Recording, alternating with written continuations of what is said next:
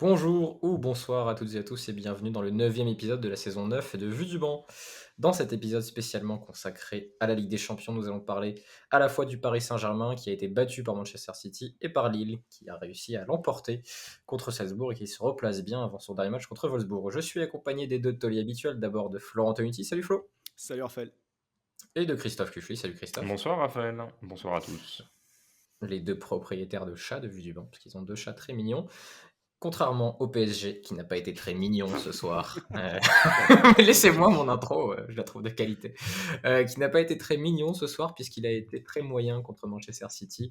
Victoire 2-1 des Citizens à domicile contre les Parisiens. Je vais donner les compositions, et puis après, vous enchaînerez sur le contenu de la première période.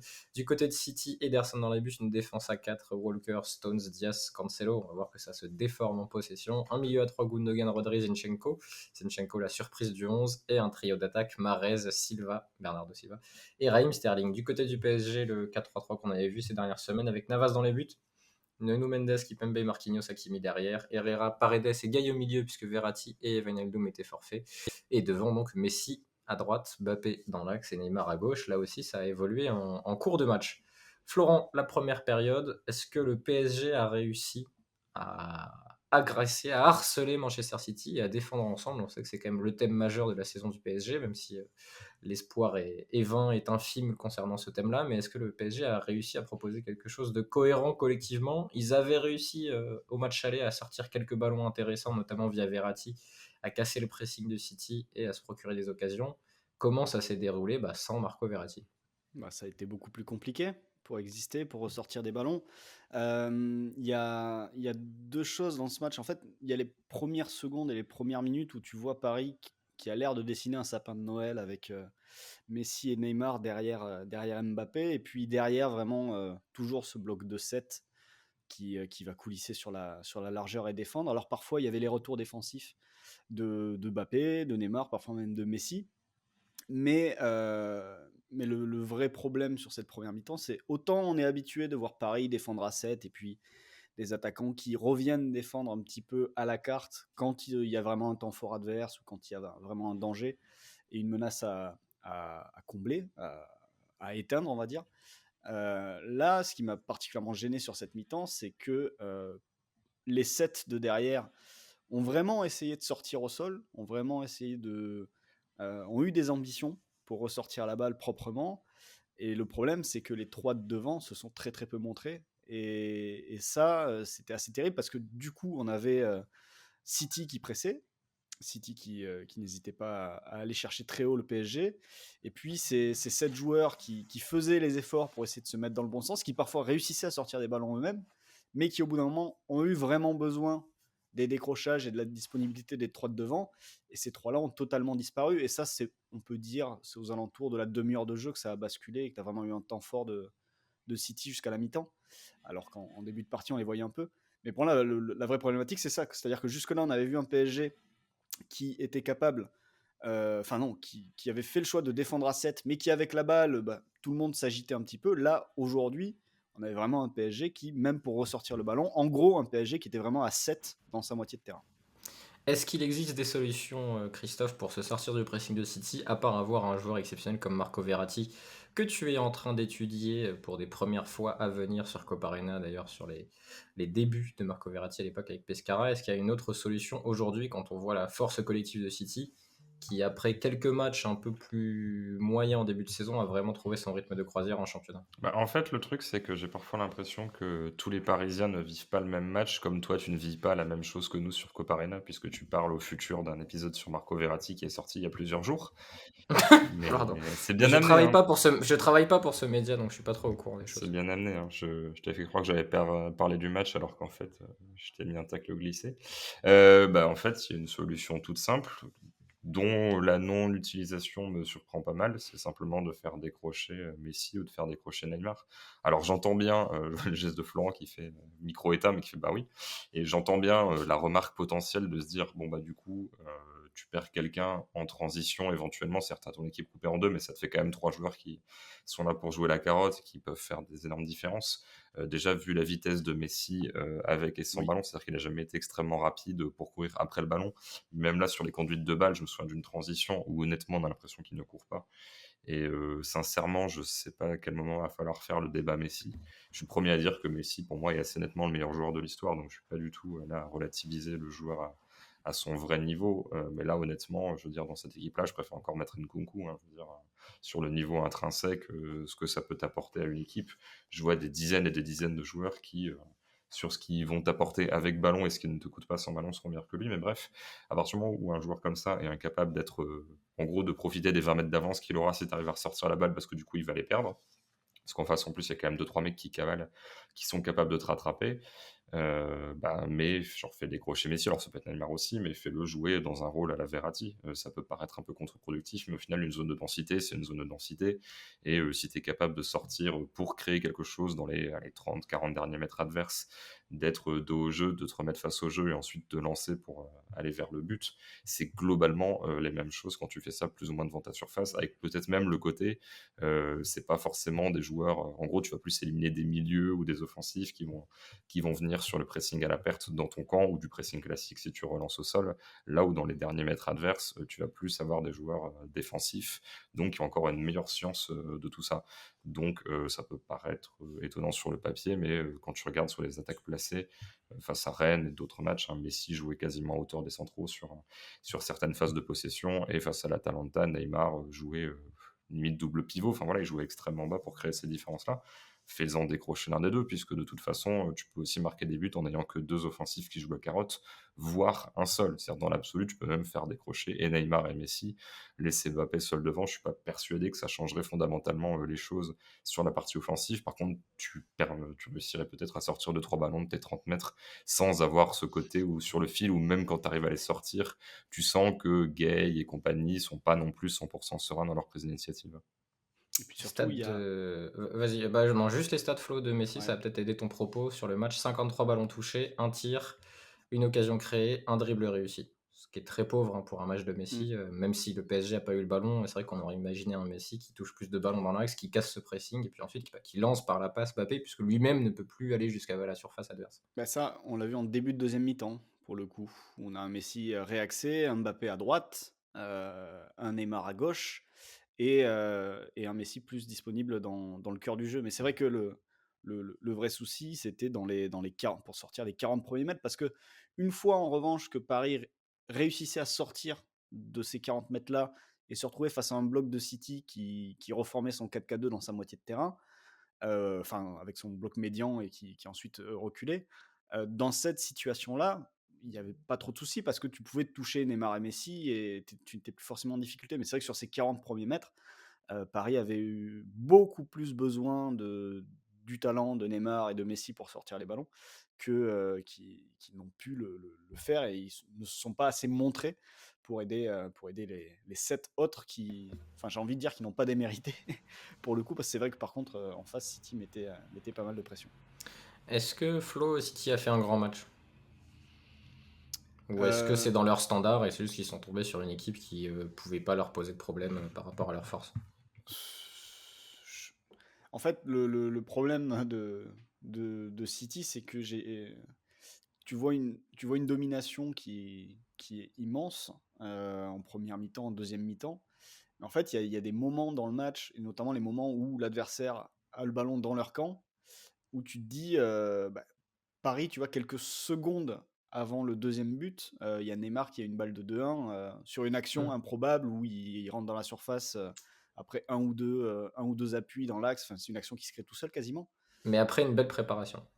Après une belle préparation, oui, oui, une bonne sortie de balle, etc. Même le but parisien, c'est une bonne sortie de balle côté gauche avec Messi qui décroche. Ça trouve Neymar qui lance Nuno Mendes, il me semble, sur le côté, en une touche. Enfin bref, le but parisien est très bien amené. Il y a deux, trois situations comme ça qui sont bien amenées. Mais je pense que dans l'occupation du terrain, dans la domination, City fait un grand match. Allez, j'ai envie de dire que City fait un bien meilleur match qu'à l'aller. Oui. notamment aussi dans le dernier tiers, parce que Mahrez est beaucoup plus inspiré. À l'aller, je crois que c'est Grealish qui nous avait particulièrement énervé. Là, Sterling fait pas un immense match, mais il est présent, il met son but, même s'il est pas loin de la rater, j'ai l'impression.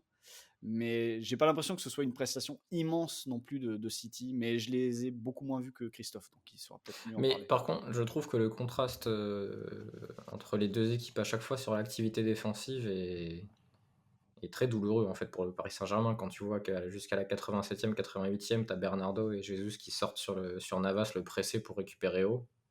Et en face, le PSG est incapable de s'installer 5 minutes dans le camp adverse. Oui, bon, ça, Ça, c'est quand même. malheureusement, j'ai envie de te dire.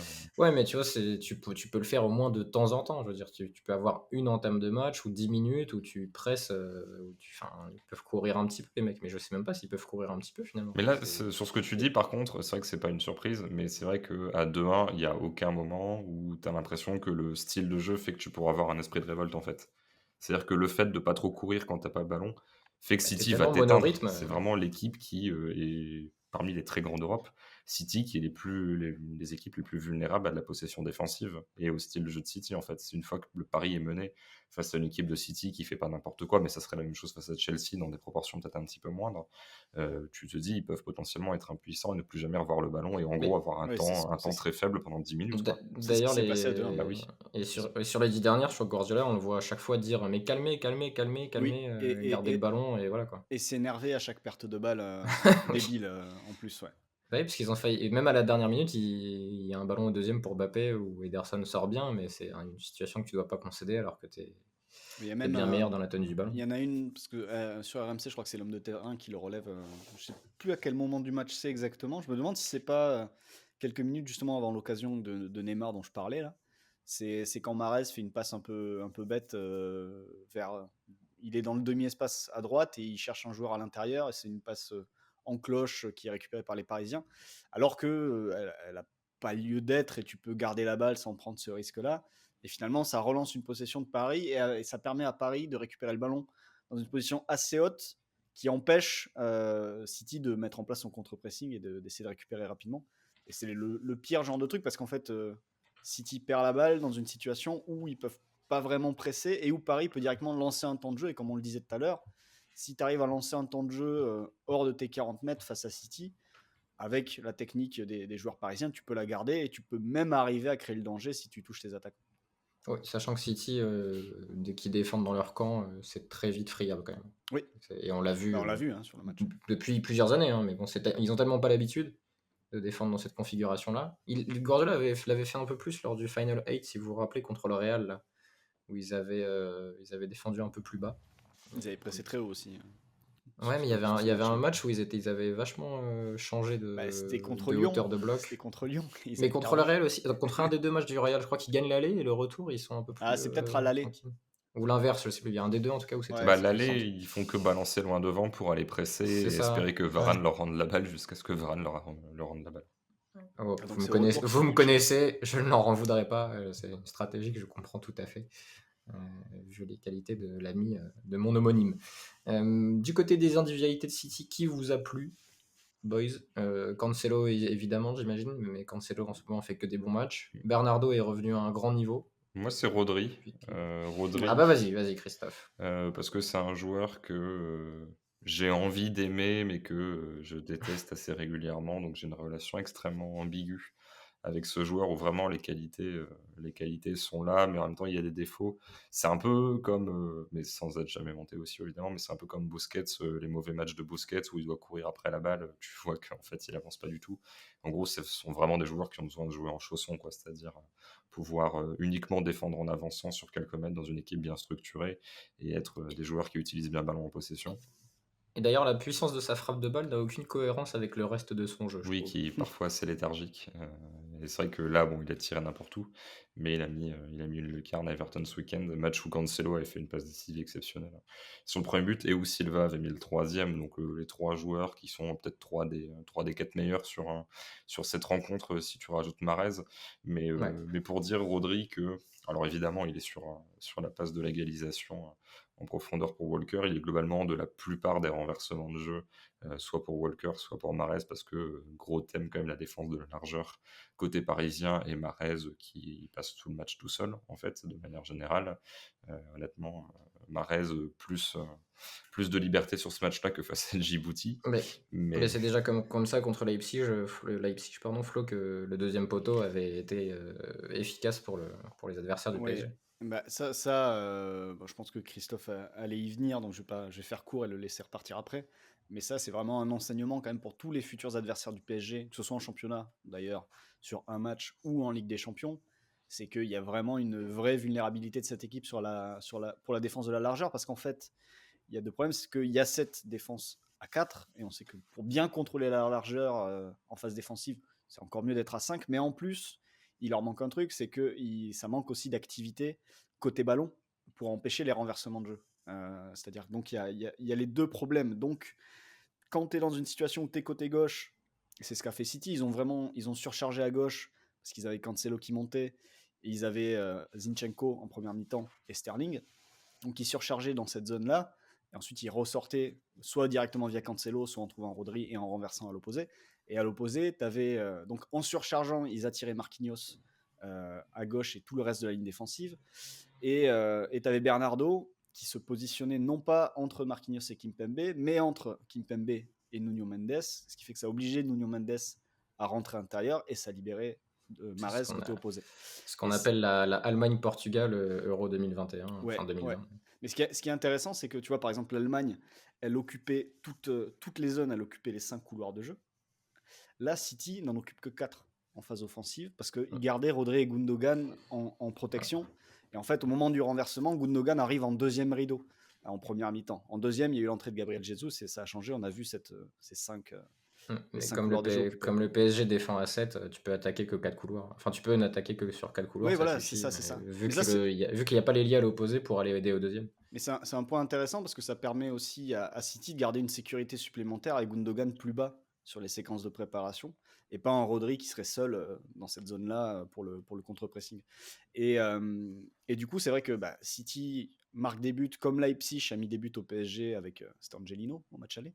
Il n'y avait pas Mukiele qu'on avait mis un comme ça aussi Peut-être Mukiele aussi, ouais, en Il me effet. semble qu'il en met un comme ça sur un centre Possible. qui vient de la gauche et il débarque dans le dos au deuxième poteau, il met une volée sous la barre là, en une touche. C'est possible. Tout ça pour dire que quand tu vois Chelsea avec Reece James, avec Chilwell, quand tu vois l'Atalanta, même si c'est plus le même niveau que les saisons précédentes, mais avec ces pistons qui peuvent finir très fort sur les côtés aussi, Paris jusque-là a affronté des équipes qui avaient le plan, mais qui n'avaient pas forcément les joueurs pour finir dans la surface et monter sur les latéraux parisiens. Là, sur les prochains matchs, on verra le tirage, mais tu peux tomber sur des équipes qui seront particulièrement armées dans ce secteur et ça peut faire encore plus mal que City. Je te donne un match, Flo, et après je laisse repartir Christophe. 4 décembre, le PSG va à Lens. Oui, mais c'est ce que j'allais dire. On verra déjà un beau test et je pense que la prépa de match lensoise, puisqu'ils s'adaptent, ils gardent leurs principes, mais ils font toujours des petites adaptations, des petits circuits préparés en fonction des adversaires. Ça peut être un match très très intéressant, à la fois pour les Lensois face à un tel adversaire, mais aussi pour la défense parisienne qui va passer un gros test à l'échelle Ligue 1. Christophe, est-ce que tu te rappelles de ce que tu voulais dire? Ah oui, parfaitement, je vous écoutais. Vas-y. On était parti de Rodri au départ, finir le petit crochet Rodri pour dire que quand même, dans ces situations-là, c'est là que tu te rends compte qu'avoir un meneur reculé, numéro 6, enfin, en tout cas, milieu point de basse, capable de faire de telles ouvertures, c'est quand même assez intéressant et finalement très rare à l'échelle du foot, même tout le temps, hein, finalement, parce que il y a pas, enfin, quand tu remontes les années, il y a très peu d'équipes qui, de manière générale, faisaient autant de je surcharge d'un côté et du coup j'ouvre à l'opposé. Donc il y avait besoin de ces transversales-là, mais vraiment il en rate aucune des ouvertures. Et vraiment, il faut voir des vieux matchs pour se rendre compte de la qualité technique des footballeurs d'aujourd'hui. À la fois lui sur les passes et Mahrez sur les contrôles en extension, en pleine course, le ballon qui quitte pas le pied, etc. On est quand même sur une capacité à faire rendre simple des gestes qui sont quand même assez fous techniquement. Il faut préciser que la qualité des pelouses s'est grandement améliorée aussi, ce qui peut aider au moment de lever un ballon, parce qu'il y a quand même des trucs qu'on a vus, nous, à travers nos nombreux visionnages, Oui, oui, oui, il y a Ou des. c'est Oui, folklorique? oui, bah même la première ligue, enfin foot anglais pré-première ligue et début de la première ligue, Bah, c'est pas déclarant. ça fait partie des raisons pour lesquelles ils jouaient beaucoup dans les airs aussi, hein. C'est que entre le climat et la qualité des pelouses, au sol, tu pouvais pas faire grand-chose. C'est ça. Mais non, et Mais donc oui. juste pour boucler ce que, quand même, du coup, j'ai raccroché le wagon, Mm. que vous aviez fait partir dans le train de l'analyse. Bon, mini parenthèse, je viens de voir les dégagements des deux équipes. Nous sommes à 15 dégagements défensifs pour Paris, 0 pour City, ça m'a fait rire. Mais je regardais aussi les touches de balle de Bernardo Silva pour l'occupation des couloirs de jeu, ce que vous disiez, parce qu'il est quand même censé être un peu faux numéro 9, axial, avec Mahrez et Sterling à ses côtés. Vraiment, si on regarde la carte des ballons touchés, il y a 2 ballons axiaux, donc il en touche 54, hein. Un à 45 mètres du but, un à 38-40 mètres du but. Il y en a un qui est dans les 6 mètres au niveau du point de penalty. Sinon, sur ces 54 ballons, il les touche tous demi-espace gauche, demi-espace droit, voire Mm. long de la ligne de touche d'un côté ou l'autre. Et vraiment, c'est pas juste faux numéro 9 qui décroche, c'est vraiment l'axe n'était occupé par personne. Et finir pour dire que Reece James, qui est l'un des meilleurs joueurs de ce début de saison, mais même, alors c'est un échantillon de quelques mois, hein, mais honnêtement, des latéraux de ce niveau-là, j'ai même la très grande saison de Maicon, où c'était pas à ce niveau de délire-là sur la capacité à être hyper décisif offensivement, mais aussi solide derrière. Il est en mode Facchetti là. Si tu joues Reece James sur un match comme ça, sincèrement, je pense qu'il te met 3 buts et une passe D, hein. Enfin, parce que là, tu profites du fait qu'il y a le décalage structurel, mais que tu n'as pas toujours les joueurs qui sont là pour exploiter les centres. Si tu en as un, comme disait Florent, alors toutes les équipes, genre tu as un Gossens, tu n'as pas forcément la qualité pour faire le décalage au début, donc voilà. Mais il peut très bien y avoir le Allemagne-Portugal bis si tu tombes face aux mauvais adversaires.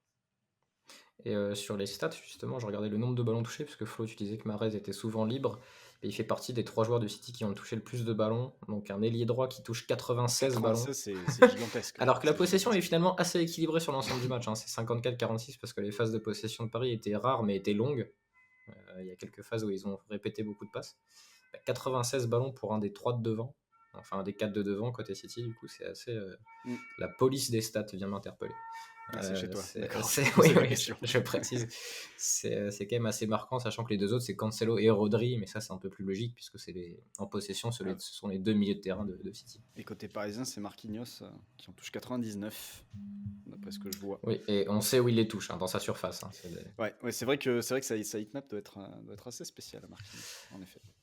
Alors, qu'est-ce qu'il nous reste à dérouler de la rencontre, messieurs? Donc, on n'a pas parlé des buts en eux-mêmes, mais Mbappé a ouvert le score à la 50e sur une des sorties de balle réussie du PSG. Derrière, Guardiola fait entrer Gabriel Jesus à la place de Zinchenko, qui était un peu l'intrus de la compo quand même au départ. Bah, Et, De Bruyne absent, quoi. Ouais, mais C'est- pourquoi pas mettre Bernardo dans les 3 du milieu et y aller, tu vois? Enfin, j'aurais pu penser à ça, parce que Zinchenko avait très peu joué cette saison jusque-là. Et Jesus fait passe D sur le premier but, et il marque sur le deuxième, dans 2 actions très similaires, puisque c'est un reversement de la droite vers la gauche et un de la gauche vers la droite. Enfin, dans l'autre ordre, avec un joueur qui arrive lancé dans le dos, qui part au bon moment et qui remet en retrait ou devant le but pour un des attaquants présents dans la surface. C'est du City assez classique. En fait, il n'y a pas grand-chose à commenter, parce que City fait son match habituel contre un adversaire qui lui a pas posé de difficultés. Je vois pas trop ce qu'on peut dire de si génial sur City, parce que tout ce qu'ils ont fait, il n'y avait pas de surprise. Ouais, bah, en fait, ce qu'on n'avait pas aimé du match aller, ils l'ont pas reproduit sur celui-là, quoi. Ce qu'on avait, je sais même plus ce qu'on avait regretté, mais on n'avait pas aimé le match de City à l'aller. C'était notamment individuel. Je me rappelle de Grealish en particulier. Mm. Mais Mais il y avait pas eu ces ballons Enfin, il y en avait eu quelques-uns en début de deuxième, je crois. On il y en avait a, remarqué ça, mais ça avait pas suffi. si, il y en avait eu un notamment qui aurait dû faire un partout, Ouais, où mais tu vois, alors Bernardo que là, il y Silva en a... la rate. On sait toujours pas comment il l'a raté, celui-là d'ailleurs. Parce que Ah oui, sur la barre là. ouais, il y a barre, puis derrière il peut la reprendre, il la met à côté, je crois, ou quelque chose comme ça, il me semble. Mais non, mais c'est ce que tu disais tout à l'heure. Est-ce que City a fait un grand match? City a fait son match. Il y a beaucoup moins de trucs à dire aujourd'hui sur la perf. Tu vois, on était un petit peu, dans mon souvenir en tout cas, ennuyé, frustré des perfs individuels à l'aller de Manchester City. Là aujourd'hui, il n'y a pas un joueur qui est en dessous. J'ai l'impression. Je sais pas si vous en avez un, vous, qui vous vient, qui Non, est non. un peu neutre ou en dessous. Par Sterling Bof. peut-être, Ouais, qui a toujours pas retrouvé son truc, mais bon, il met mais son il but. t'apporte une présence dans la surface quand même qui Ouais, est, je trouve, plus intéressantes régulièrement que les matchs de Grealish ou même de Foden parfois, qui est Mais pas forcément toujours là sur ces zones, tu vois. Grealish bien plus attiré par le but que Grealish, par exemple. Ouais, c'est sûr. Ouais, C'est un ouais, point. bah, Grealish va frapper d'un peu plus loin et c'est vrai que dans le projet de jeu de City, il y a pas forcément les positions de frappe que Grealish, affectionne. Donc c'est un peu la différence. Est-ce qu'il y a un point Messi à faire pour compléter ce que tu disais, Christophe, tout à l'heure sur Non, mais j'ai envie les d'entendre li Flo, par exemple, sur le sujet. Moi, j'allais dire, je sais ce que je pense, mais le but, c'est pas que je le pense, c'est que je le dise. Mais je mais l'ai la France déjà. doit le savoir, Non, hein. mais j'ai quand même déjà développé. Le fait est que je suis très inquiet sur ses qualités physiques actuelles. Parce qu'il y a un moment, c'est pas Mais juste la moi motivation de moi, il quand y a tu as un une truc qui m'étonne, transition, tu c'est es qu'il y attiré a par le but. C'est pas, ah, j'ai pas envie d'y aller. C'est là, tu es à 100% et son 100%, il est nul, quoi. Donc, mais est-ce qu'il était aussi, cramé il y a 8 mois? non, bah, même à la Copa América, hein. Il rate Et sa c'est pour finale, ça que mais sur la je Copa América, donc il y a le truc potentiel du creux post-Copa América. Il n'a pas eu de pause cet été. N'empêche que la saison a repris, on est en novembre, au bout d'un moment, il va quand même falloir s'y remettre aussi. Je sais bien que puis c'est pas vraiment un mec habitué au creux quand même, hein, Messi. Il y en a eu quelques-uns, mais parce qu'il y a des anomalies statistiques, mais normalement, il a beaucoup plus d'occasions et de situations que ça, c'est hein, ça. Et puis surtout, en donc fait, il te coûte tellement sans ballon qu'en fait, au bout d'un ouais. moment, tu es obligé d'attendre beaucoup de lui avec ballon, en fait. Tu peux Bah, pas. c'est-à-dire qu'au Barça, il y avait enfin, une fois qu'ils ont jarté Suarez, il y avait que lui qui courait plus au Barça, donc ça t'en faisait un seul et là, tu as 3. Ouais. C'est un peu toujours la même chose, mais s'ils sont pas exceptionnels offensivement, moi, je sais pas s'il faut souscrire à la thèse de Daniel Riolo. Je sais pas si vous avez vu qu'il était en gestion jusqu'à la Coupe du Monde 2022, que c'était un centre d'entraînement, le PSG. Mais c'est vrai que quand tu vois l'investissement physique, il n'y a aucune course défensive, hein. Je sais pas s'il dépasse la marche ou le trot en phase défensive une seule fois dans le match. Il y a un Et moment, il fait une mini course de 3 mètres pour récupérer un ballon, je crois. Mais vraiment, tu sais, il fait un genre de pression, il contre la passe. Mais j'étais content. Mais tu sais, t'es content de ça, c'est comme t'es content, ton enfant de 1 an, il commence à faire des sons, un peu à parler, quoi. Mais il n'y a pas de. Objectivement, c'est pas ça qui doit te faire un très C'est-à-dire, grand pour moi, joueur. tu vois, même si physiquement il est en difficulté, c'est pas possible qu'un mec qui fait 30 buts, 9 passes D en Liga la saison dernière passe à quasiment rien cette saison, tu vois. Ouais, non, il Même passe plus s'il y a Cédric. changement d'équipe, c'est le premier transfert de sa vie, etc. Mais ça reste des terrains de foot, quoi. Donc c'est un peu curieux. Mais bon, on verra, ça se trouve, il va se réveiller un moment de la saison. Ah, par contre, s'il se réveille, ça devrait faire mal. Mais c'est vrai que là, tu vois ça fait quand même mal au cœur. Et je vais pas dire que ça ternit son histoire, sa legacy. Mais c'est un peu, ça fait un peu bizarre, quoi. Quand tu vois ça, tu te dis, mince, les gens qui prennent le train en cours de route, ils doivent se demander quel est vraiment le joueur spécial qui était au-dessus du lot toutes ces années. Quelque chose qui n'a rien à voir, mais j'avais envie d'en parler et vous m'avez pas répondu quand on a préparé l'émission. Donc je vous repose la question. Est-ce qu'il y a une autre équipe que celle de Première Ligue et le Bayern qui peut remporter cette compétition? On est à 5 journées de la Ligue des Champions disputées. On a vu pas mal d'équipes quand même. Et celles qu'on n'a pas vues en Ligue des Champions, on les a vues en championnat pour la plupart. Est-ce qu'il y a une autre équipe, une seule, qui est crédible en dehors de donc City, Liverpool, Chelsea et donc le Bayern? Je ne compte pas Manchester United parmi les équipes de Première Ligue. Défini crédible. Crédible dans le sens, tu leur fais confiance pour aller en finale sans que ce soit un truc lunaire. Pas complètement. Pour moi, il y a vraiment City, Liverpool, Chelsea, Bayern qui sont 2 tons au-dessus de tout le monde. J'exclus pas le fait que le Real, sur son milieu, qui fasse une dernière danse ou avant-dernière avec Modric, Kroos et Vinicius Et Benzema, oui, qui oui, parce sont. que Vinicius cette saison, c'est un délire aussi. Voilà. Donc finalement, je veux dire, tu as un tirage, tu tombes contre l'un des clubs portugais en huitième, par exemple. Normalement, tu es favori. Tu te retrouves en quart. Je veux dire, la finale n'est pas En très Lille loin. en quart. Mais oui, je prends Lille en quart. Non, mais il y aura pas des intrus, mais il y aura quand même 2-3 équipes abordables a Ouais, priori, c'est notamment le sûr, ouais. Sporting. C'est une équipe correcte, hein, mais quand tu es le Real, même en n'étant pas au top, tu dois passer. Donc Bah, Mais déjà, tu vois, la poule G, elle va envoyer 2 équipes très moyennes, hein. voilà. ouais, voilà, t'as un scénario, t'as la poule G, t'as la poule F aussi, hein, parce que Man Oui. United, Villarreal. Alors après, tout dépendra peut-être le mec qui prendra Man United, hein, on ne sait pas ce qui peut se passer Même, d'ici le même le, printemps. le deuxième de la poule E, que ce soit Barcelone ou Benfica, A priori, Ouais. Enfin, Benfica. après là, c'est un deuxième, donc c'est un peu différent. Mais même, Après, tu peux les retours au tour suivant, quoi. C'est-à-dire, si t'as genre Lille qui sort c'est ça. premier, qui tombe contre ce deuxième-là, du coup, t'as l'une de ces deux équipes en quart. C'est pour ça que je dis, c'est pour ça que je parlais du Ouais. quart, ouais, en effet. Ça peut, t'as au moins 2 huitièmes de finale avec les premiers des poules qu'on a données, donc la poule de United et la poule de Lille, Hmm. où si tu as un deuxième qui n'est pas en gros, tu peux avoir 2 quarts de finalistes très abordables, quoi. Et, à moins qu'ils se rencontrent et que tu aies un demi-finaliste encore plus abordable. mais Et voilà, puis après, après il y a faut aller il y a loin. l'Ajax.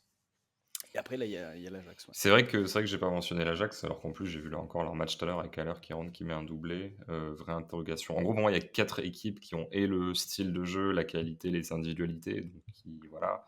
T'as deux équipes qui ont les individualités, pas vraiment de style, mais ça peut se réveiller. Le Real et dans une moindre mesure pour le style Paris, parce que là-dessus c'est quand même assez compliqué. Et il y a l'Ajax qui navigue un peu, où j'ai dit depuis plusieurs mois que ça ne me surprendrait pas qu'ils soient en demi, voire en finale, parce que je les trouve plus forts que sur la campagne où ils font demi. Donc du coup, je serais pas surpris non plus, mais il y a toujours la question du plafond, c'est-à-dire qu'à l'heure, pour l'instant, nuit Pra réussite. Est-ce que à l'heure, Bergeus, Anthony en 2021, c'est suffisamment bon pour te sortir de match où ça se jouera sur des individualités dans les deux surfaces? T'as toujours ça, quoi. Après, ils sont meilleurs que tous les deuxièmes de poule. Ah oui, oui, Tu vois, je pense. Ouais. Enfin là, comme après, collectivement, en tout cas, après, ça peut mal tourner contre Paris, c'est ça. ça peut mal tourner contre la Juve, mais tu vois, la saison où ils sortent, la Juve et la Real, ils n'ont pas la marge qu'ils ont aujourd'hui. Celui-là, la Juve, moi, je les mets même pas dans le groupe Paris, Mais Paris-Real, où ils ont les individualités, mais pas le jeu. Même sur les alors, individualités, alors que pourtant, gagner, c'est si simple. ouais. Alors, ce qui est drôle, c'est que du coup, on a enregistré cet épisode en 2 fois. C'est-à-dire que là, on enregistre la première partie à mercredi soir. La partie lilloise, on l'a enregistrée hier. On a fait un petit montage. Et du coup, on a hier fait une dédicace à Gagner, c'est si simple, le livre d'Allegri. Du coup, les gens l'entendront 2 fois, 10 minutes d'écart, alors qu'on a oublié qu'on l'avait fait, quoi. Mais non, parce qu'on aime bien Massimiliano, c'est notre petit troll, parce que c'est un troll Allegri, il faut le dire aussi, hein, dans cette déclat, c'est un énorme troll. Mm. Il aime beaucoup ça. Par contre, le 4-0, c'était pas du tout un troll. Hein. Ce qu'on a dit par Oui, Chelsea, là, c'était avec bien réel. le troisième but de Chelsea, et je l'ai vu du coup, parce que tu me l'as conseillé, Christophe, j'ai vu tout le résumé. Très sympa le troisième but de Chelsea. Voilà. Sinon, mais il y a quand même des poules. C'est très très la Ligue des Champions. Je trouve qu'il y a beaucoup d'écart cette saison entre les candidats. Je pensais qu'au début de l'année ce serait une édition assez ouverte. Puis finalement, il y a 4 équipes qui sont c'est ouvert entre les 4. largement au-dessus. Ouais, c'est Par ça. contre, Mais c'est difficile vraiment de déterminer une hiérarchie entre ces 4-là, je pense. Et même sur les 2-3 ans à venir, je vois.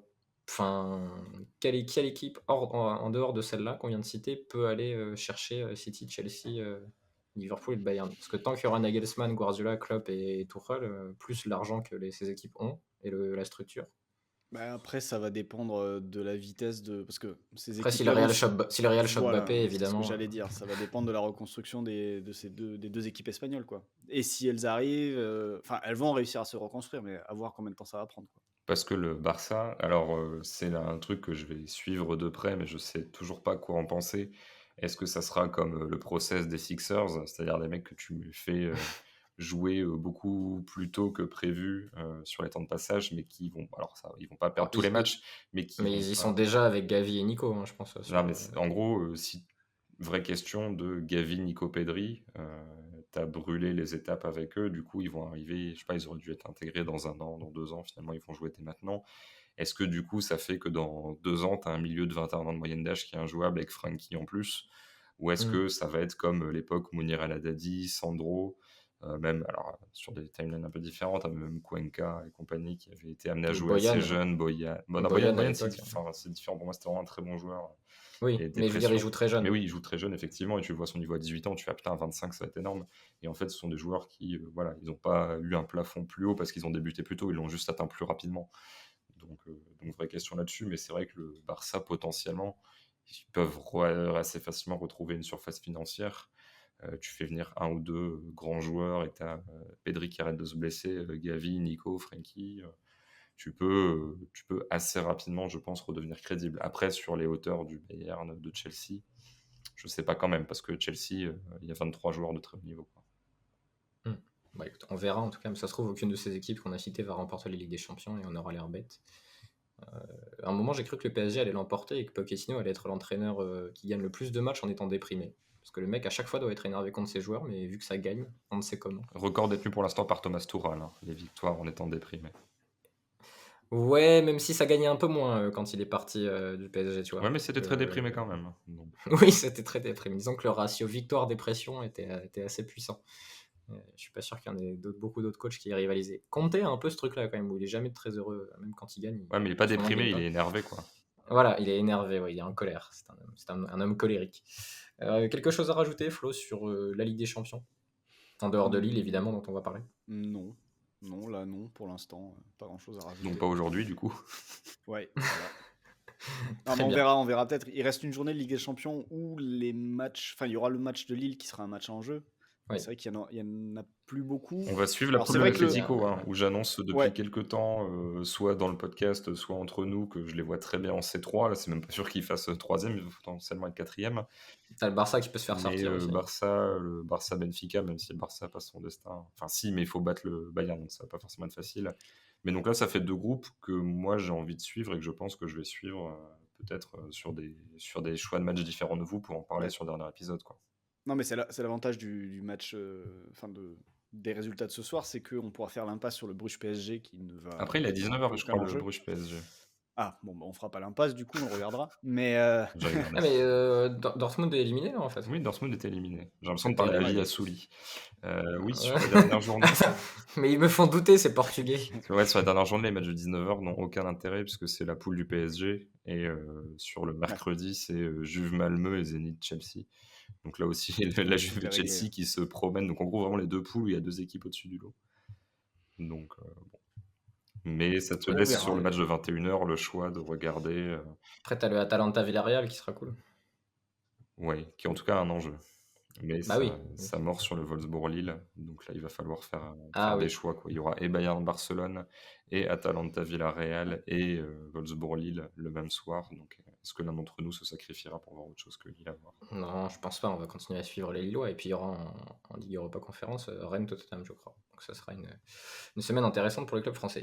Et on passe maintenant au match entre Lille et les Salzbourg. La victoire lilloise, 1-0 grâce à Jonathan David après une percée folle de Burak Yilmaz dans la surface. Messieurs, c'est une bonne chose pour le football français que Lille continue à gagner, puisqu'on avait vu Lille l'emporter contre Séville lors de la journée précédente, et malgré les suspensions d'Ikoné et de Benjamin André, l'équipe de Jocelyn Gourvenec est bien placée pour se qualifier lors du dernier match contre Wolfsburg. On va d'abord donner les compositions des deux équipes. Du côté de Lille, Gerbic dans les buts, une défense à 4, Selic, Font, Diallo, Renildo. Une ligne de 4 au milieu de terrain aussi avec Wea à droite, Sanchez et Sheka au milieu de terrain, Bamba à gauche et un duo Yilmaz-David devant. Du côté de Salzbourg, le losange habituel avec derrière dans les buts Kohn, Christophe. Derrière, c'est Keun. Non, mais voilà. Non, parce qu'en fait, je Je voulais réfléchissais, c'est juste le là. seul joueur qui me vient pas forcément en tête, et je me disais, il n'y a pas de Ouais. défenseur. Mais oui, non, dans les buts, c'est Keun. C'est Keun avec une défense Christensen, Onguené, Weber. Weber, ouais. Weber, d'accord. Weber, Susic, Camara et Saival de milieu de terrain derrière Aronson en 10 et Sesko et Adeyemi en pointe dans le losange de Salzbourg. Alors 11 tirs à 6 pour Salzbourg quand même. Donc Lille ne s'est pas créé énormément d'occasions, Florent, mais il y a eu des bonnes possibilités qui se sont d'ailleurs concrétisées à la 31e minute pour Jonathan David, des bonnes possibilités pour Lille en contre, dans la profondeur et surtout sur les côtés face aux losanges de Salzbourg. Pardon. Et c'est ce que Lille a su de mieux en mieux attaquer au fil notamment de la première période. Ouais, après, on peut aussi prendre le volet des 11 tirs de Salzbourg parce que finalement, quand on regarde les XG, bon, c'est très serré en termes de XG, ça ne s'est pas envolé. De toute façon, je pense que dans tous les matchs du groupe, à part peut-être Salzbourg à l'aller contre Lille, où Salzbourg avait assez largement dominé, en tout cas, c'est ce que je vois sur les XG de chez 538. Là, tu as quand même 11 tirs de Salzbourg et 0,5 XG à l'arrivée pour eux. Alors, il y a cette action d'Adeyemi qui aurait pu aller chercher son 6e penalty en l'espace de 5 journées où ça se joue à pas grand-chose avec l'intervention de Diallo. Mais c'est vrai qu'au-delà de la perf offensive, et en effet, on peut revenir dessus parce que je pense que Lille avait préparé des choses, notamment pour bien utiliser la largeur et éviter les zones où Salzbourg a l'habitude de mettre beaucoup de pression et d'intensité dans le cœur du jeu. Il y a quand même une perf défensive qui doit rassurer et qui est dans la lignée de ce qu'ils avaient fait à Séville, qui est dans la lignée de ce qu'ils avaient fait aussi lors du match de la 3e journée où ils font 0-0 contre Séville, où tu as quand même une défense très solide et après, ils sont capables de mettre le petit but de plus, d'avoir cette efficacité que l'adversaire n'a pas eu et d'avoir aussi la seule grosse occasion du match puisque l'occasion de David, globalement, c'est la seule véritable opportunité de la rencontre pour les deux équipes. Alors avant qu'on s'intéresse aux performances individuelles, parce que je pense qu'on aura beaucoup de choses à dire sur les Lillois, Christophe, il faut quand même préciser que Salzbourg a eu un gros temps fort en première période pendant...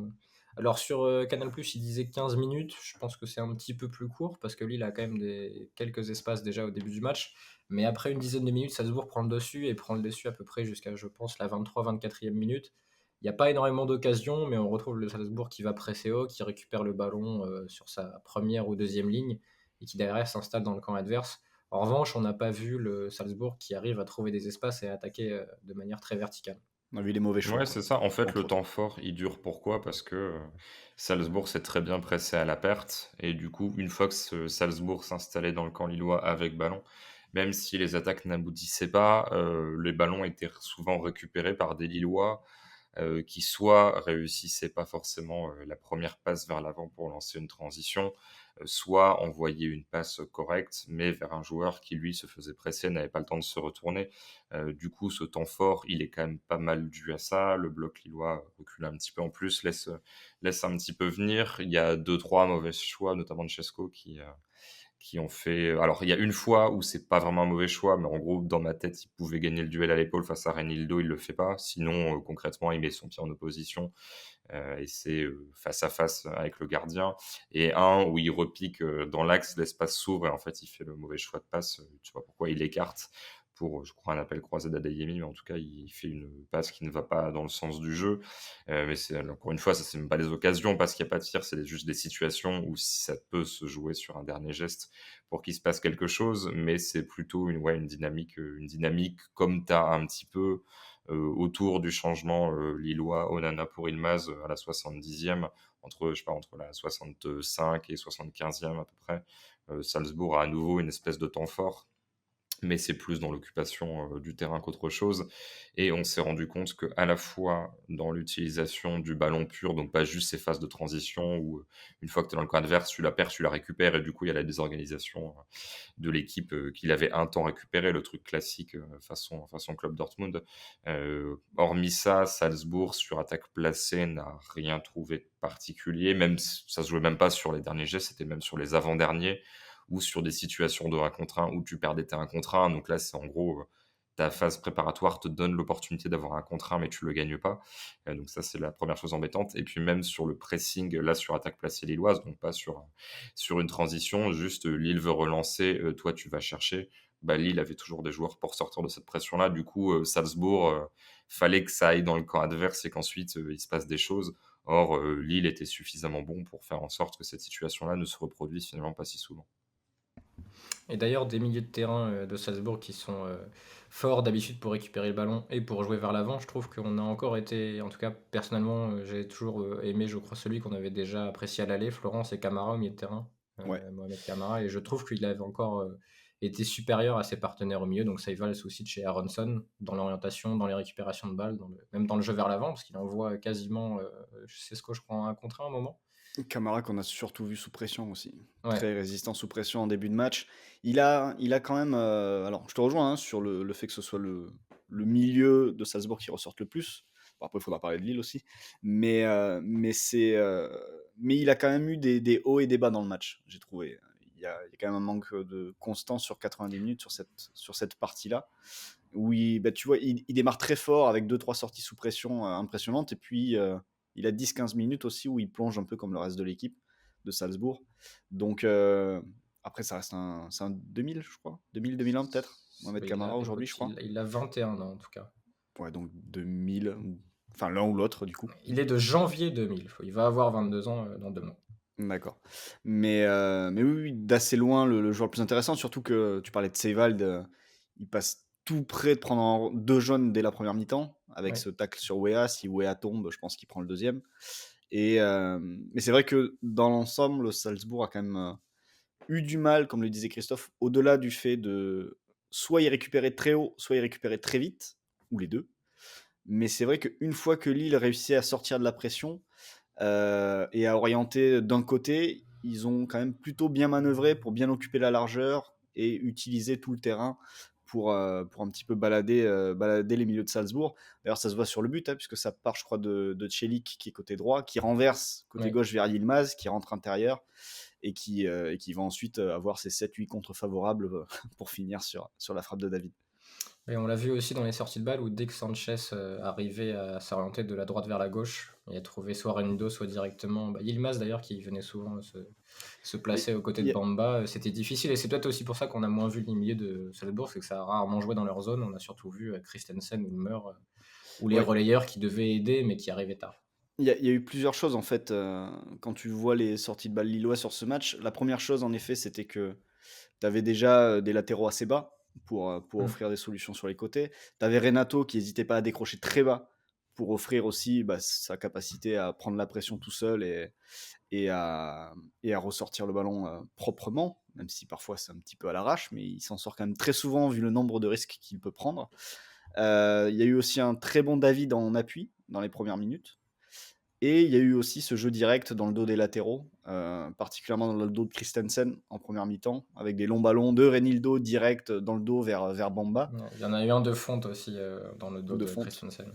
Ouais, et du coup, t'ajoutes toutes ces armes-là, en fait, et t'avais un bon attirail quand même pour sortir de cette pression, puisque face à Salzbourg, c'est une des clés du match. Si tu veux résister, il faut réussir à tenir face à leur pression et à garder la balle. On a vu aussi Christophe, et c'est quelque chose qu'on a déjà développé dans Vue du banc, les limites du losange une fois que tu ne peux plus presser haut, que tu n'y arrives pas. C'est un système qui, quand il faut défendre la largeur dans ton propre camp, est très complexe parce que pour les relayeurs, c'est extrêmement exigeant. Tu peux créer des 2 contre 1 assez faciles sur les côtés. Tu sais plus trop quoi faire de ton 10 et de tes 2 attaquants. Et je me suis même demandé si à un moment, Salzbourg n'aurait pas dû, une fois que le premier pressing n'a pas eu de succès, pourquoi pas un peu changer ton organisation une fois que tu es dans ton camp. Alors comment ça aurait pu se passer, ça dépend du profil des joueurs. Est-ce que ça aurait dû basculer en 4-3-3 ou en 4-1-4-1, mais j'ai trouvé que du coup ça facilitait la tâche de Lille puisque tu savais très vite dans quelle zone attaquer l'adversaire. C'est vrai que je suis pas du tout dogmatique sur les systèmes, des choses comme ça. Tu as généralement autant d'avantages que de faiblesses. Sinon, d'ailleurs, il y aurait pas autant de systèmes utilisés. Mais c'est vrai que si j'ai 2 avis qui sont un peu quand même supérieurs aux autres, où je suis assez neutre et je constate les animations, etc., c'est que, je trouve que les défenses à 3, et notamment le 3-4-1-2, 3-4-2-1, ça permet quand même certaines supériorités structurelles qui, je trouve, dans le foot actuel, sont quand même assez intéressantes, notamment sur le plan de la relance. Et 2, que le 4-4 de Losange est quand même un système qui me convainc assez peu, sauf, encore une fois, quand tu arrives à presser comme des barbares. Alors par contre, quand tu arrives vraiment à presser, c'est génial en fait. Vraiment, ça se marie parfaitement. Tout le monde peut trouver un vis-à-vis. Tu peux mettre, même si bon, face à un 4-4-2, c'est peut-être un petit peu moins le cas. Mais J'aimais beaucoup, je sais pas si tu t'en souviens, du losange de Caïra à Villarreal. bah, tu en parles souvent. Qui était très En fun même à temps, des l'époque. losanges, il n'y en a pas un milliard, donc tu arrives vite sur ça ou sur celui de Lyon ou celui de Salzbourg. Mais oui, non, celui de Calera était sympathique. Mais oui, quand tu arrives pas. Et de toute façon, c'est vraiment. Enfin, c'est rare d'avoir un système qui ait autant de force et de faiblesse sur le plan de l'occupation des zones, en fait. C'est-à-dire que vraiment, tu as tout le monde à l'intérieur. Et contrairement aux pistons qui, eux, sont seuls sur leur côté, mais sur une position intermédiaire, là, tes latéraux sont seuls sur le côté, mais ils sont a priori fixés sur une position assez basse. Et c'est vrai que tout le monde sait que face à un losange, en gros, il faut changer, passer d'un côté à l'autre. Et les deux relayeurs auront pas mal de zones à couvrir. Et d'ailleurs, là, ils ont failli. Enfin, l'un des deux a failli prendre un rouge assez rapide. De manière générale, l'arbitre était assez chill d'ailleurs, parce qu'il peut mettre des deuxièmes jaunes aussi à Jallo, à Christensen. Mais oui, Lille avait très bien identifié le truc, mais au premier match, n'avait pas forcément su le faire. Et avait aussi subi le côté digestion d'un coup du sort, avec le penalty qui, derrière, amène un énorme temps fort de Salzbourg, alors que là, le match tourne dans le bon sens. Alors, c'était pas illogique, hein, mais je veux dire, le but tombe à un moment où ce match est un peu 50-50 sur la première demi-heure.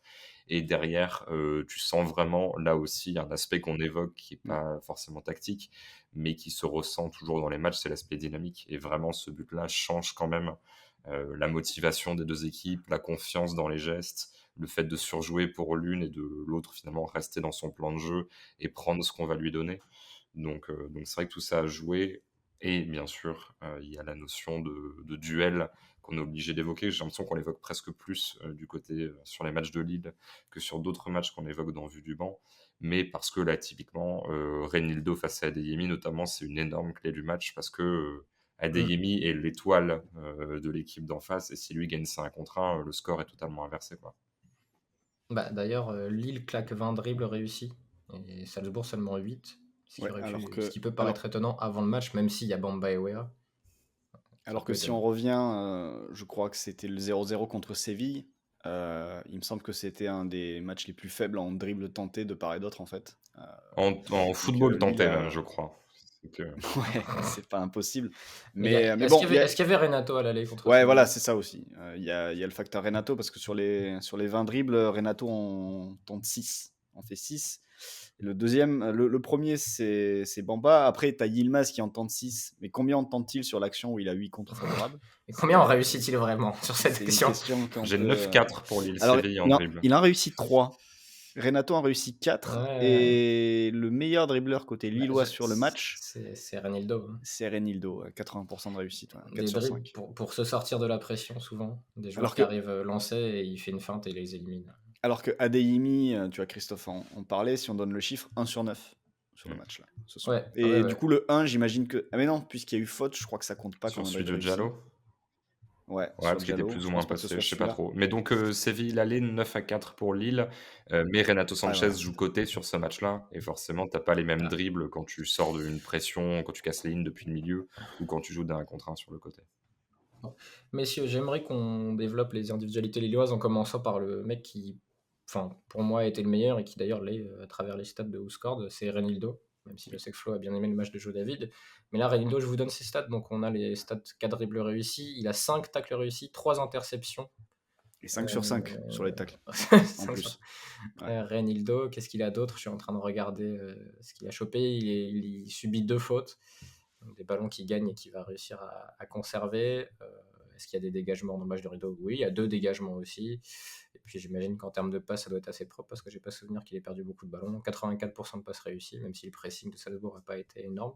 Mais c'est plutôt bien. Je vais rester avec Christophe parce que Christophe, tu es un peu le Lillois de ce podcast.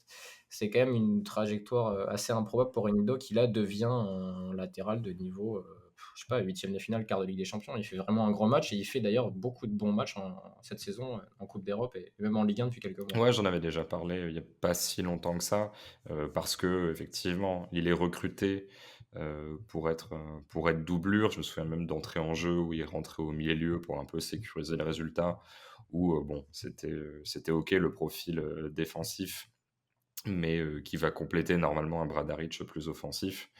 Et sauf que là, bon, c'est pas devenu un joueur incroyable sur le plan offensif, mais même, bon, c'était à moitié pour préparer l'avenir parce qu'il est en fin de contrat. Lille, c'est pas forcément bougé parce qu'encore une fois, Lille n'a pas vu venir un joueur qui a 26 ans l'an dernier, 27 ans cette année, aurait ce niveau-là où je crois qu'il est meilleur latéral gauche au trophée UNFP, il me semble.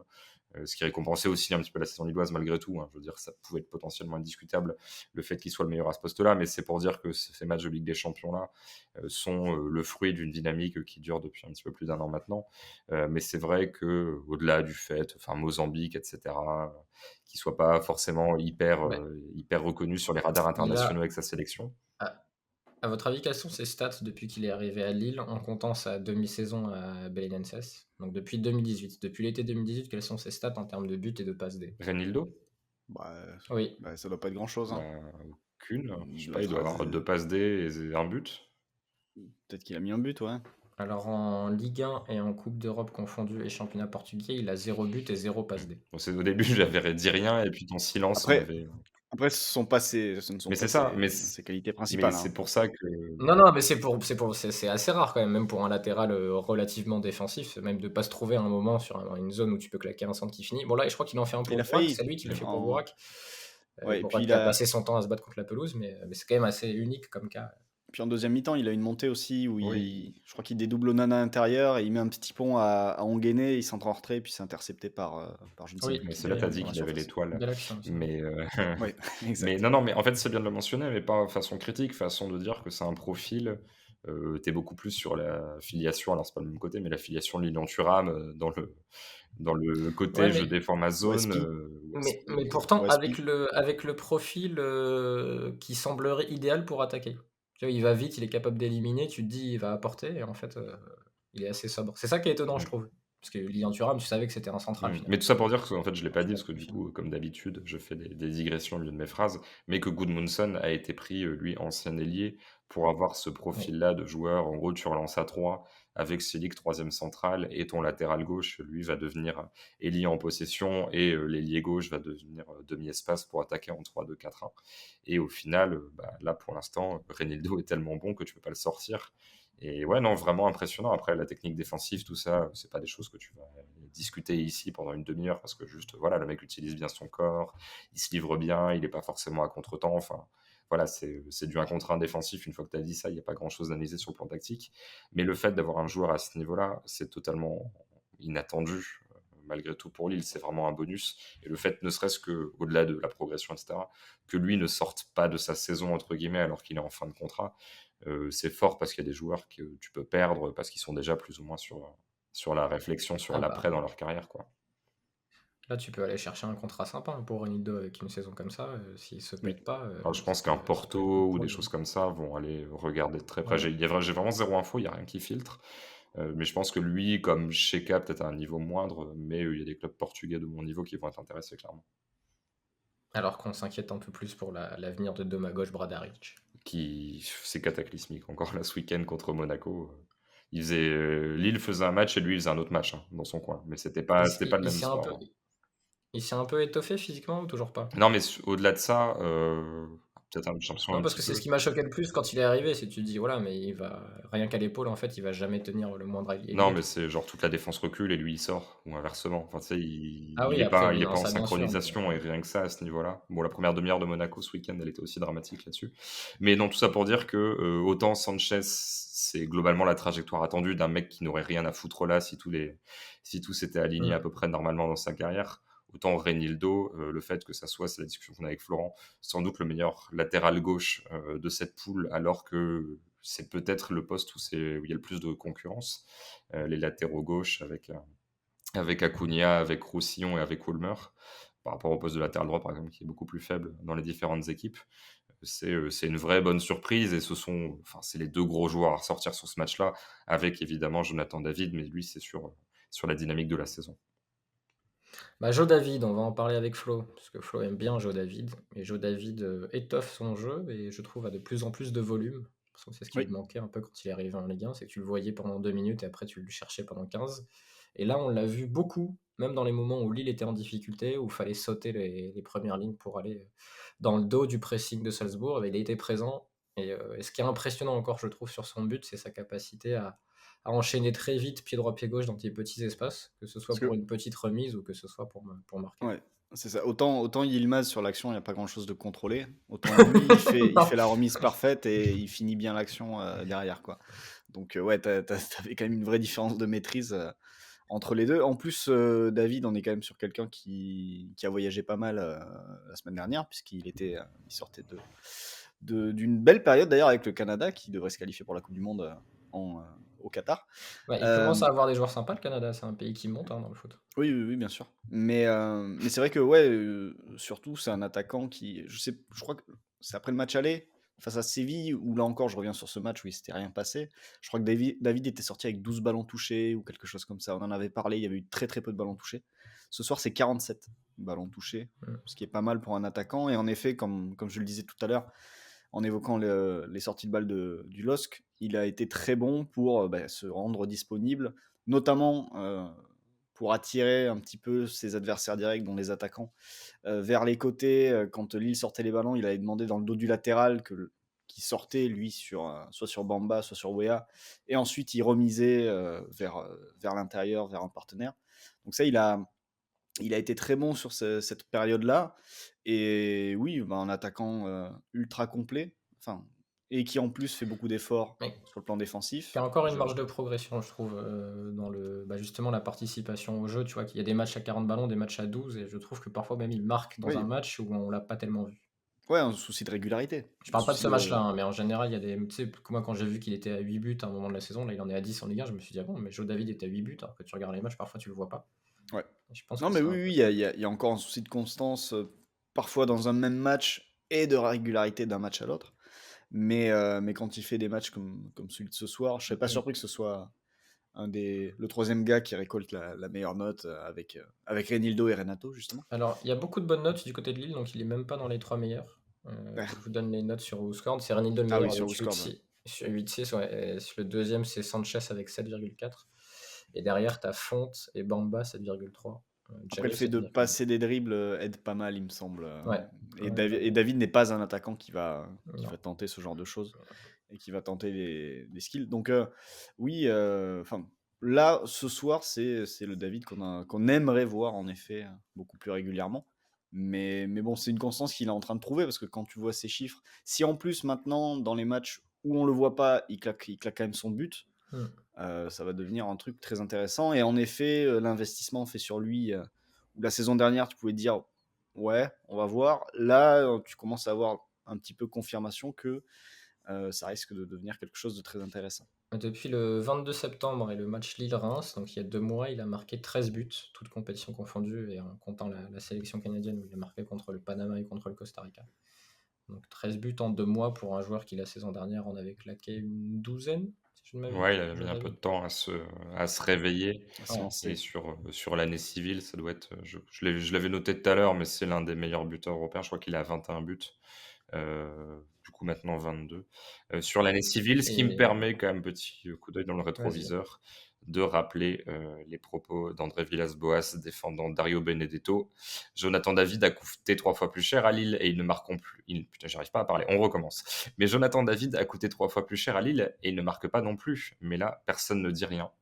Voilà, rappeler ces propos de Villas-Boas qui pensait sans doute bien faire en disant que Benedetto n'était pas le seul dans la maladresse, qu'à l'époque il y avait Jonathan David, et il y en a un qui est aujourd'hui relégable avec Elche, et l'autre qui est buteur en Ligue des Champions et premier de groupe. Après, Villas-Boas est multimillionnaire, et il va avoir une vie parmi les plus belles du monde entre ses 45 et sa mort. Après, ça n'empêche pas de dire des choses intelligentes non plus, je veux dire. Non, bien sûr, mais je suis pas sûr que ça lui change sa vie, tu vois. Ah, mais ça pourrait, parce que là, clairement, les propos que je tiens à son égard, ça pourrait pousser à une remise en question. Si quelqu'un a le WhatsApp de Villas-Boas, faites-lui un petit vocal avec l'analyse de Christophe Kuchli. Après, sans doute qu'il a fini par faire la même. Mais non, mais je veux dire, déjà à l'époque, tu sentais qu'il y avait quand même. Enfin, c'était pas forcément la bonne cible, quoi. Qu'il y avait des chances que ça tourne. Qu'il y avait sans doute d'autres joueurs sur lesquels tu pouvais te dire l'avenir va pas me donner tort si jamais je lui mets un ou deux coups sur la tête, quoi. André vient te défendre sur les ondes de Vue du Banc. On t'attend. Ce sera la première interview Christophe Kuchli versus André Villas-Boas. Ça promet. Mais Jonathan David marque dans des gros matchs aussi. Je suis en train de regarder son historique de but cette saison. Il met doublé contre Marseille. Il marque au Parc des En étant blessé au Parc en plus. Séville. Il met doublé contre Monaco. Et donc là, il marque à nouveau contre Salzbourg. Donc il marque pas dans n'importe quel match. Et c'est aussi une qualité. Il y a des joueurs qui mettent des buts. C'est même une énorme qualité. Tous les buts ne se valent pas. Une énorme qualité. T'entends ça, André Villas-Boas ? On provoque, on te cherche. Les autres individualités, on peut parler de Diallo et de Fonte, messieurs, parce que Flo, tu parlais de la performance défensive des Lillois. Les deux centraux ont été performants. Oui, alors Diallo, il y a cette action sur Adeyemi où il peut détruire son match et détruire le match. Ouais, ça peut faire rouge et péno, ça fait pas jaune, du coup ça fait rien et coup franc. Ça se joue à pas grand-chose. Ouais, ça se joue à rien. Mais c'est vrai que, comme à Séville, moi j'avais trouvé très très bon dans la surface à Séville. Et là, il les soulage sur un corner notamment qui était très bien tiré dans les 6 mètres où c'est lui qui met la tête, alors que je crois qu'il y a un ou deux mecs de Salzbourg juste derrière qui sont prêts à la mettre au fond. Donc oui, Diallo Fonte, ça marche. Diallo monstrueux ce week-end dans la surface face à Monaco. C'est vraiment ce match-là, il sauve absolument tout, notamment sur la ligne. Donc là, c'est moins marquant, mais parce que les actions étaient coupées un peu plus tôt, quoi, généralement, c'est surtout ça. Ouais, mais il a quand même été présent justement dans la surface quand il fallait. Je sais plus combien ça termine en termes de dégagement. Ouais, Fonte termine à 8 dégagements et Diallo à 6. Donc globalement, c'est vrai que t'as pas. Enfin, tu pouvais te demander comment ça allait se passer à partir du moment où Botman Après, est dehors. Il n'y avait pas 150 menaces dans la surface non plus. Non, mais enfin, ouais. Mais il y avait quand même des ballons à dégager. T'avais des ballons à sortir, ouais. Et non, après Fonte, j'ai l'impression qu'il fait toujours les mêmes matchs. Ce qui est quand même quasiment rien à dire. Truc à souligner à son âge, quoi. Et surtout, tous ces binômes sont bons. Honnêtement, Fonte va faire la carrière. Alors, j'exagère un peu, mais Je veux dire, clairement, C'est pas un espèce de. Gabriel, Botman, Ouais, il a fait la Diallo, carrière de Gabriel. ils peuvent être très contents de l'avoir croisé parce que Est-ce que, est-ce que Fonte n'est pas le Vittorino Hilton de la Ligue des Champions? je sais pas comment interpréter cette phrase, je sais pas. Bah, parce qu'il a quand même 37 ans et j'ai l'impression qu'il est en 33 ou 30. En fait, entre 32 et 37, j'ai pas l'impression que son niveau ait changé. Bah, surtout qu'il était totalement banal jusqu'à quoi? Jusqu'à 27? Quelque chose comme ça, Bah sa ouais, première année en première jusqu'à. division, c'est genre vers les 27-28, parce qu'au départ, il est dans les divisions inférieures avec Southampton. Bah oui, Mm. c'est ça, ouais. Il monte avec eux. Il fait un petit passage en Mais Chine avant d'aller à Lille. Mais oui, non. Et puis surtout, alors là, on est vraiment on sort un peu du match, hein, mais cadre lillois.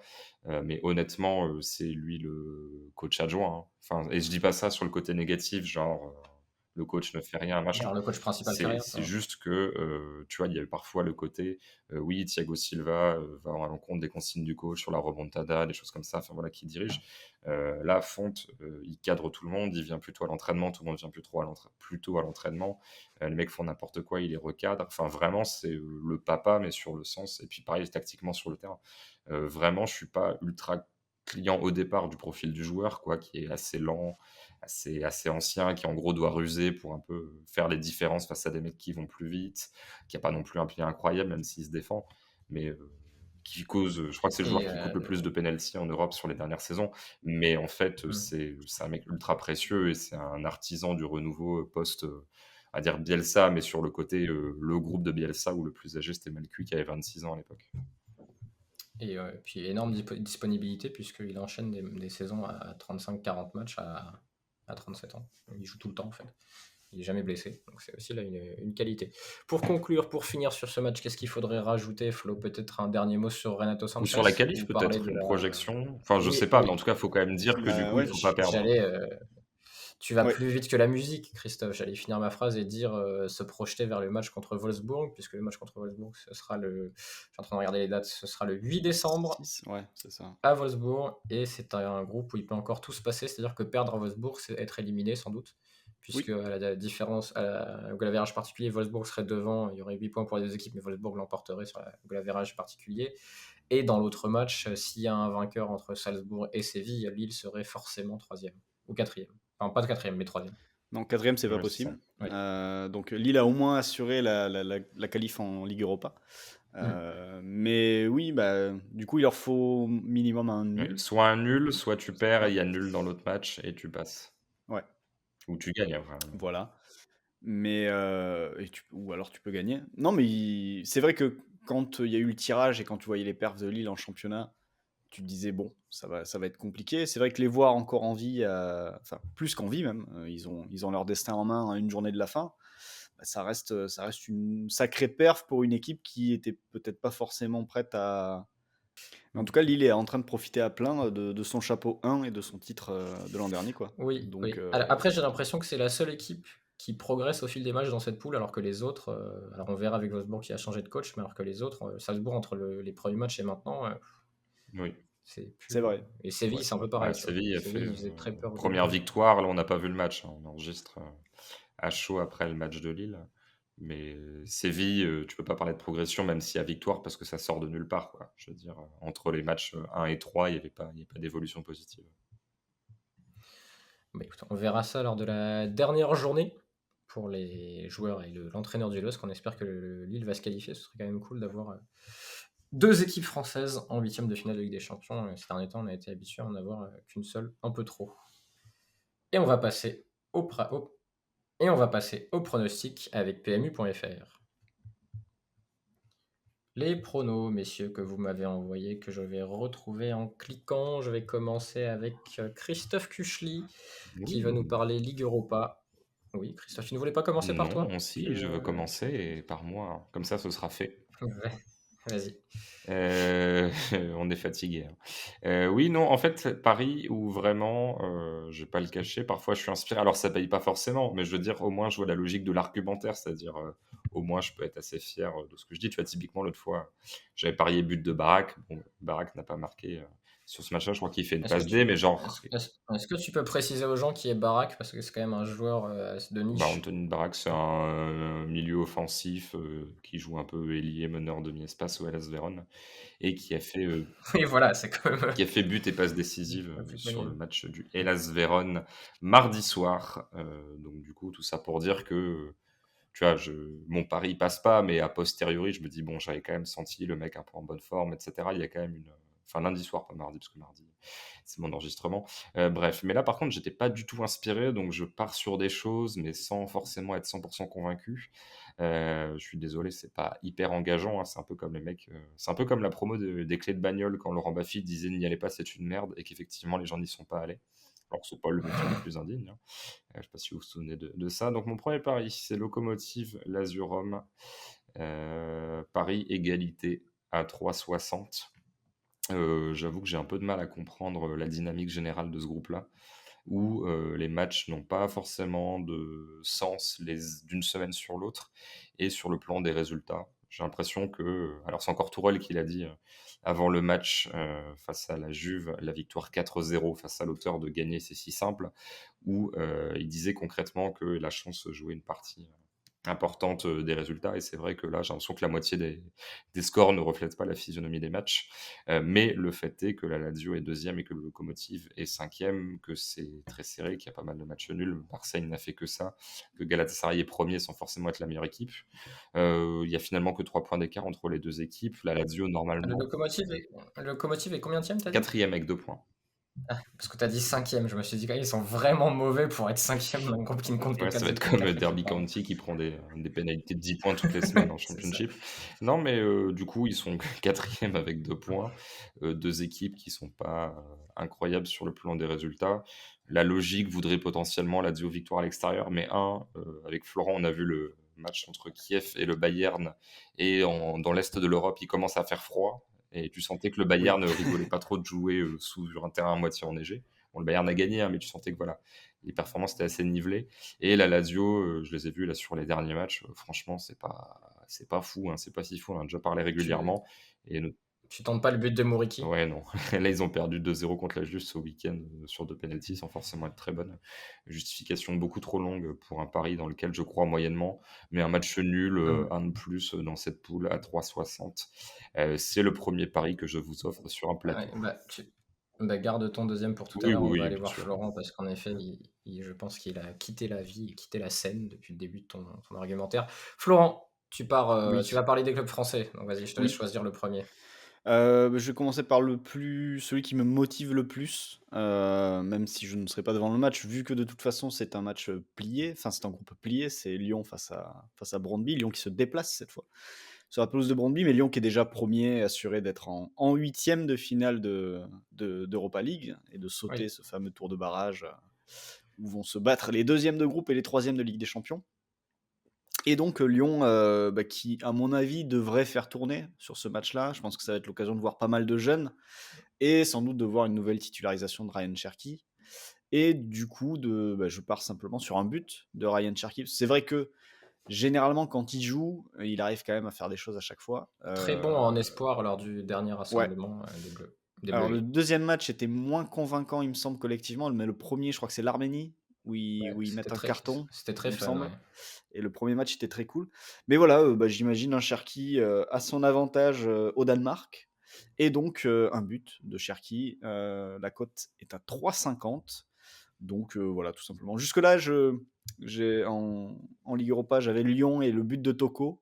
Voilà, j'adapte un peu parce que je ne serais pas surpris que Toko souffle un petit peu et fasse un peu et fasse l'impasse pardon, sur ce match. Donc voilà, je pars sur un petit but de Cherki qui pourrait peut-être le remplacer, qui sait.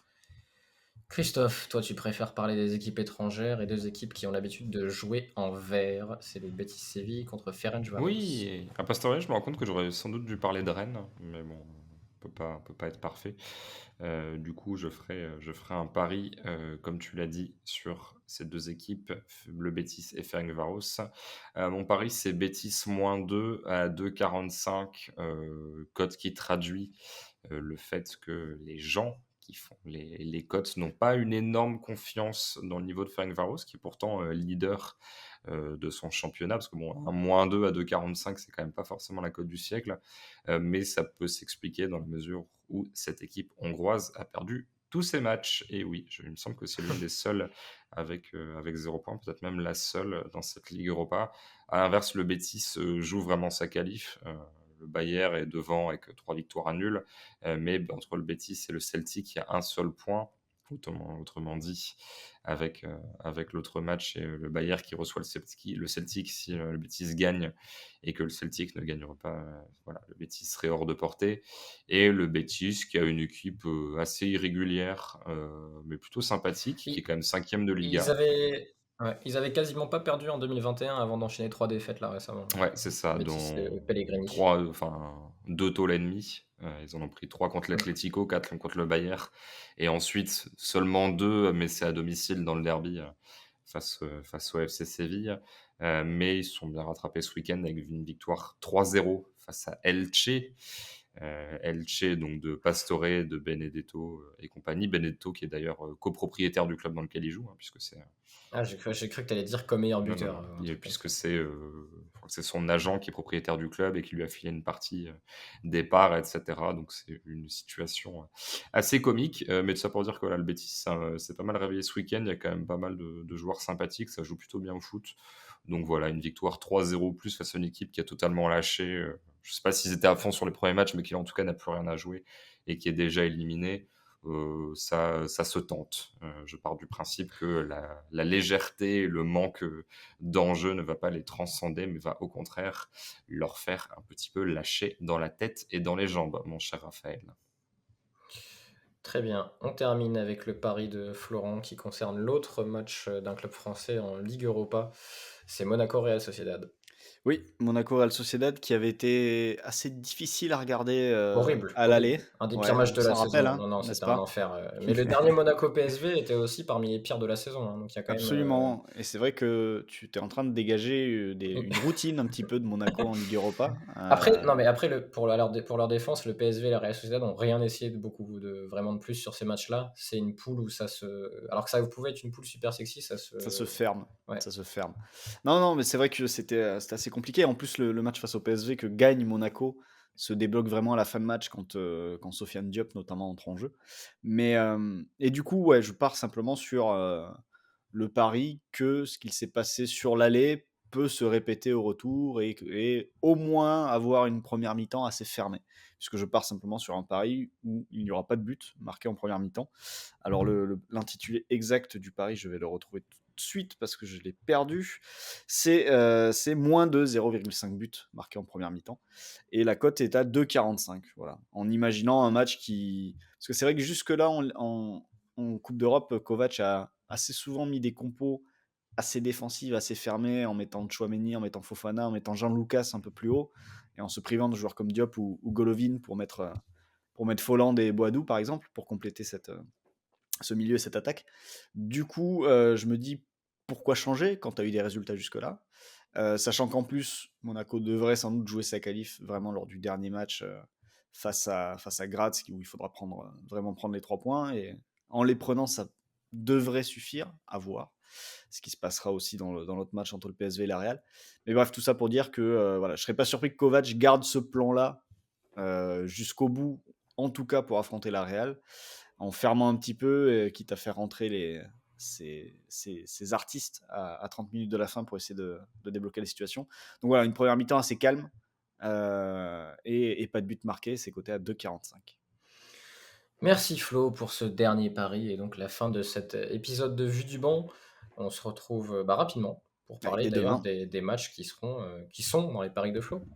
Ça va être le sujet de notre prochaine émission. Merci messieurs et à la prochaine. Cordialement. Salut.